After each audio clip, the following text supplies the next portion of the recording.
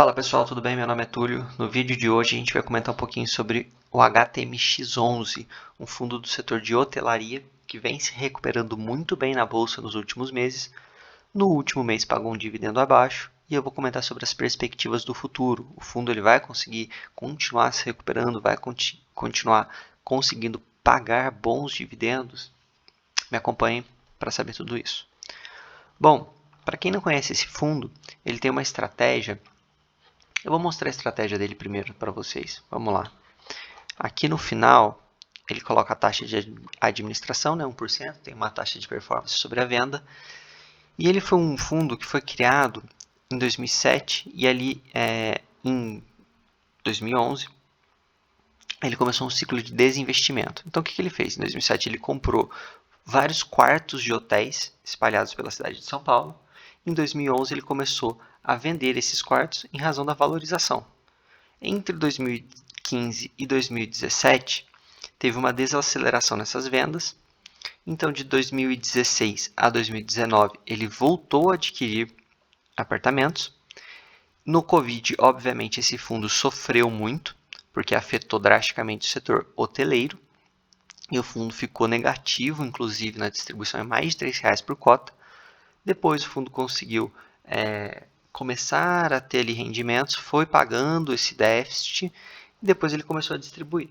O fundo fez uma emissão, para quem não lembra, abaixo do valor patrimonial, mas foi uma emissão que fez todo sentido, tem um fato relevante explicando muito bem. Se não me engano, eram alguns quartos ali perto de Congonhas, pelo que eu me lembro, que é perto do aeroporto, que ele ia comprar num valor muito menor do que o valor de mercado.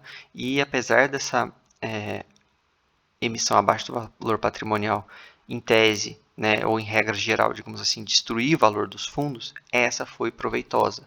E aí o fundo ele começou a vender novamente alguns quartos no último ano, e o fundo a gente consegue ver aqui que ele voltou a pagar bem. Então esse é um resumo, para quem não conhece, do fundo, e agora eu vou falar mais sobre o último mês. A gente nota aqui que ainda tem um desconto patrimonial na cota, o valor patrimonial de 138 e na B3 está aqui em 113. Caiu também, pelo que eu tinha visto, a última vez estava abaixo de 110. O último rendimento que ele pagou foi 0,74 centavinhos. Eu acredito que por isso que caiu, já que o fundo vinha pagando mais. Bom, ele comenta aqui um pouquinho da macroeconomia, né, local e internacional. Como sempre, recomendo a leitura. A gente vai ver que é um pouco repetitivo entre um fundo e outro, mas para você conhecer a cabeça do gestor não tem coisa melhor. A gente vê aqui a taxa de ocupação. Ela veio subindo, né, ao longo dos últimos meses, depois do Covid. Ela caiu um pouco agora, ele comenta o porquê disso mais à frente. A diária mensal também, a gente vê que ela foi subindo, ainda não está plenamente recuperada, pelo menos aqui, né, considerando o pico aqui de 2020, mas quando comparada a 2019, ela subiu, ou pelo menos está se mantendo em linha. Tá? Então, recebimento por quarto, é bem interessante esse tipo de gráfico que ele coloca aqui, que a gente consegue ver que teve uma escalada bem boa. A inflação, né, ela teve uma subida e o hotel conseguiu repassar isso na sua diária. Ele poderia ter colocado aqui para a gente só a informação de 2019 para a gente conseguir comparar, mas ok, a gente consegue já ter uma noção que está subindo. Então aqui ele fala mais especificamente sobre dezembro. A receita dos aluguéis apurada em dezembro apresentou um aumento de 6% em comparação ao realizado em dezembro de 2019. Então é sempre interessante comparar com antes da pandemia. Ele coloca aqui que também o HTMX apresentou uma ocupação de mais de 50% e a diária média de mais de R$400. Está um pouquinho defasado em relação a 2019, mas, como eu te falei, é um fundo que sofreu muito nos últimos anos e está se recuperando até rapidamente. Ele explica aqui que a queda no desempenho na segunda quinzena de dezembro se dá pela queda da ocupação em face das férias coletivas das empresas, somada à redução de eventos corporativos. Por que isso aqui? Para quem não conhece o perfil do fundo, ele tem muitos quartos pela cidade de São Paulo. E tem ali para você atender todos os tipos de classe. Então ele tem quartos em hotéis de luxo, corporativos, bem localizados, no Itaim. E ele tem também quartos no Ibis, no Ibis próximo lá a Congonhas, que é para quem precisa ir para o aeroporto. Então ele tem todos os valores, digamos assim, disponíveis dentro do seu portfólio, porque ele tem quartos de classes diferentes. Só que todos esses quartos ficam em São Paulo. E São Paulo não é um polo, em regra, pelo menos, turístico, né? Um polo muito mais corporativo. Então, depois do dia 16, frente às férias coletivas, às férias escolares, a gente vê um fluxo muito grande de pessoas saindo de São Paulo, menos reuniões também. Então, o fundo tem essa queda.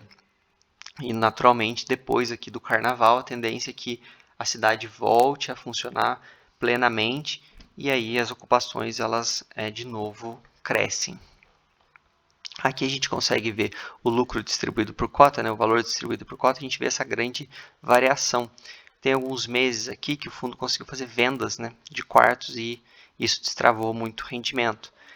E eu acredito que os investidores estavam acreditando que o fundo ia conseguir manter esse valor muito alto pelos próximos meses, teve essa queda e a cotação sofreu um pouquinho, aí a gente pode ver. Então, as receitas com diárias aqui, elas foram de 82 centavinhos, aí você tem que fazer os descontos, chegou a 74. Durante dezembro, nenhuma unidade hoteleira foi vendida.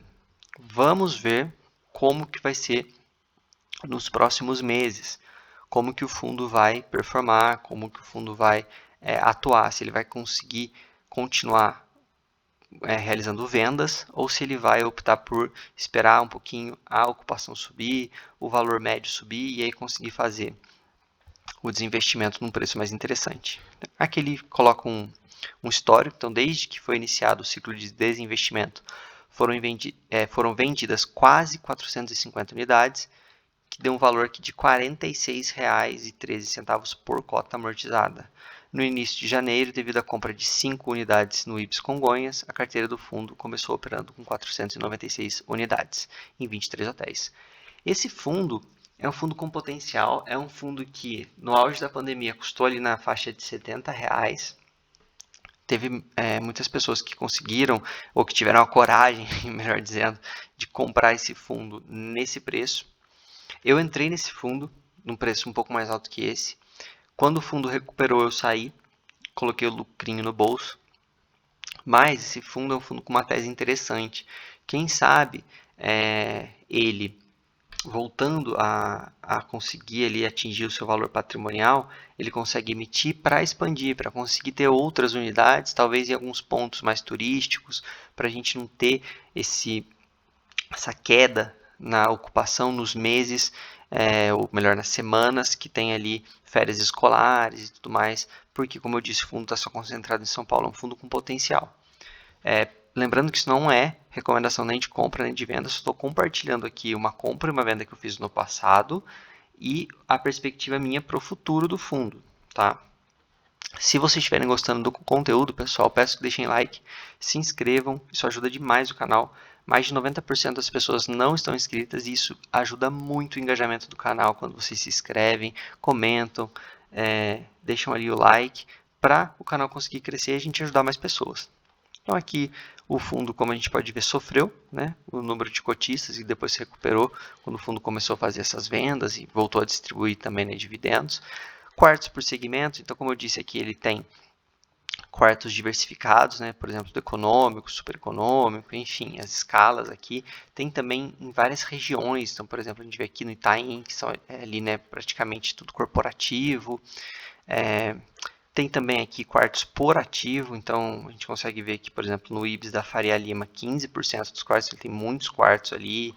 Por outro lado, ele tem, por exemplo, o Ibis São Paulo no Morumbi. Enfim, é interessante a tese desse fundo. E aqui, para quem não conhece, são os ativos. Então, por exemplo, o Blue Tree fica ali na Faria Lima, um imóvel de luxo, focado, né, no corporativo, em empresários que vão fazer reuniões. Então, com certeza aqui a média da diária é muito mais alta. Por outro lado, ele tem Ibis, que a gente sabe que é um tipo de hotel que é focado mais no custo-benefício. Então, por exemplo, aqui Ibis nos Jardins. Ele tem até, por exemplo, o Ibis Congonhas, que foi o que eu falei, que é próximo ao aeroporto. Então, é interessante essa estratégia do fundo. E no mais é isso, o fundo tem na Berrini também, que é uma localização mais premium, né? Enfim, é um fundo aqui, ó, a gente consegue ver todos os hotéis, todos em São Paulo, em regiões diversificadas. É um fundo muito interessante, é um fundo que se voltar a vender mais quartos, ele vai conseguir distribuir um valor maior. E a gente tem que ver o que ele vai fazer, se ele vai amortizar e vai devolver ou se ele vai comprar novos quartos se ele vai conseguir diversificar entre cidades e aumentar a estratégia, porque hoje, como eu falei, corporativo em São Paulo, basicamente. Será que ele vai conseguir expandir para cidades para focar no turismo? Ou o turismo tem muita sazonalidade? Enfim, não sabemos. E uma última informação só para quem ficou até o final do vídeo. Quem ficou até o final do vídeo, coloca aqui Diogo Canteiras. Vou explicar para vocês o que é isso. Diogo Canteiras é o gestor do fundo, tá? Inclusive é um gestor que ganhou prêmio, se não me engano, em 2019, que o HTMX ganhou o prêmio de melhor fundo imobiliário da bolsa. E ele é um gestor realmente muito bom. Até sinto falta dele dar mais entrevistas. Tem uma entrevista muito boa dele, é antiga. Vou deixar na descrição uma entrevista que ele fez com o Baroni, se não me engano, em 2021. E ali a gente aprende muito. Mesmo o vídeo sendo antigo, a gente consegue ver um gestor muito capaz, explicando de forma muito didática os pontos, os desafios, e, enfim, é sempre muito enriquecedor ouvir essas entrevistas. Gostaria até que o Diogo fizesse mais entrevistas. Então tá bom, pessoal, por hoje é isso. Espero que tenham gostado do vídeo. Peço novamente o like. Até mais. Grande abraço.